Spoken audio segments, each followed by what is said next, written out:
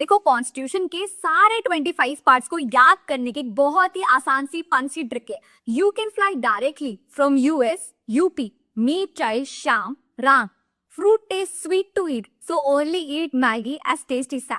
तो मैंने क्या किया है, इस स्टेटमेंट को 4 स्पेसिफिक बैचेस में डिवाइड किया है, जिससे कि हर एक लेटर किस पार्ट से रिलेटेड है ये आपको बहुत ही आसानी से याद हो। चलिए समझते हैं। तो देखो, जो फर्स्ट बैच है ये मोस्ट इंपॉर्टेंट थिंग से डील करता है।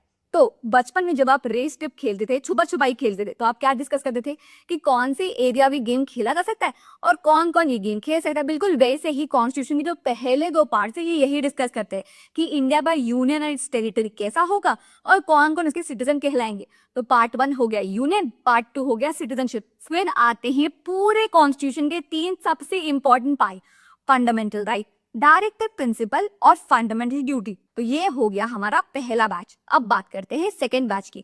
तो इसमें हम ये इमेजिन करेंगे कि हम एक स्ट्रक्चर की बात करें, हम एक हायरार्की की बात करें, बड़े से छोटे में मूव ऑन करें। तो देखो, इंडिया में सबसे बड़ी फॉर्म ऑफ गवर्नमेंट क्या हो जाएगी, यूनियन गवर्नमेंट या सेंट्रल गवर्नमेंट। उसके नीचे क्या गई, पहला आ गया यूनियन तो दूसरा हो जाएगा स्टेट।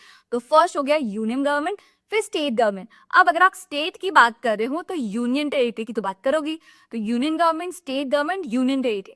अब अगर आपने 2 फॉर्म्स ऑफ गवर्नमेंट डिस्कस किए, यूनियन और स्टेट गवर्नमेंट, तो बाकी फॉर्म्स ऑफ गवर्नमेंट भी डिस्कस करनी होगी। तो पी से हो गया पंचायत, एम से म्युनिसिपैलिटीज, सी से कोऑपरेटिव सोसाइटी। अब अपने सारे एरिया से डिस्कस कर ले, कौन सा एरिया बच गया, शेड्यूल्ड एंड ट्राइबल एरियाज। और लास्ट में हम यूनियन एंड स्टेट के क्या रिलेशंस होंगे उसे भी डिस्कस कर लेंगे। तो बैच 2 के लिए हमने एक स्ट्रक्चर डिस्कस किया।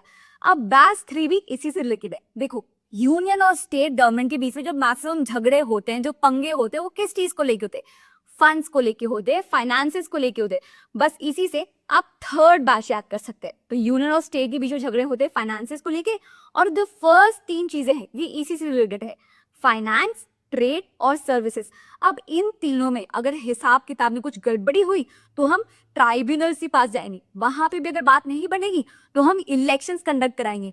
और इन सब के बीच में हमें स्पेशल क्लासेस के बारे में नहीं भूलना है। इस तरीके से आप थर्ड बैच याद कर सकते हैं। फिर आ जाते हैं लास्ट बैच पे। तो ये स्टार्ट होता है ओ से, और ये सबसे सेफेस्ट बेल्ट है क्योंकि ओ से होती है ऑफिशियल लैंग्वेज। अब ऑफिशियल लैंग्वेज के जस्ट बाद आते हैं कॉन्स्टिट्यूशन की 2 सबसे इंपॉर्टेंट प्रोविजंस, जिसमें सबसे ज्यादा अमेंडमेंट हुए, सबसे ज्यादा केसेस है। तो ये है इमरजेंसी प्रोविजन और अमेंडमेंट ऑफ द कॉन्स्टिट्यूशन। अब 2 इतने भारी टर्म्स को बैलेंस आउट करने के लिए बीच में हम डाल देते हैं मिसलेनियस प्रोविजन।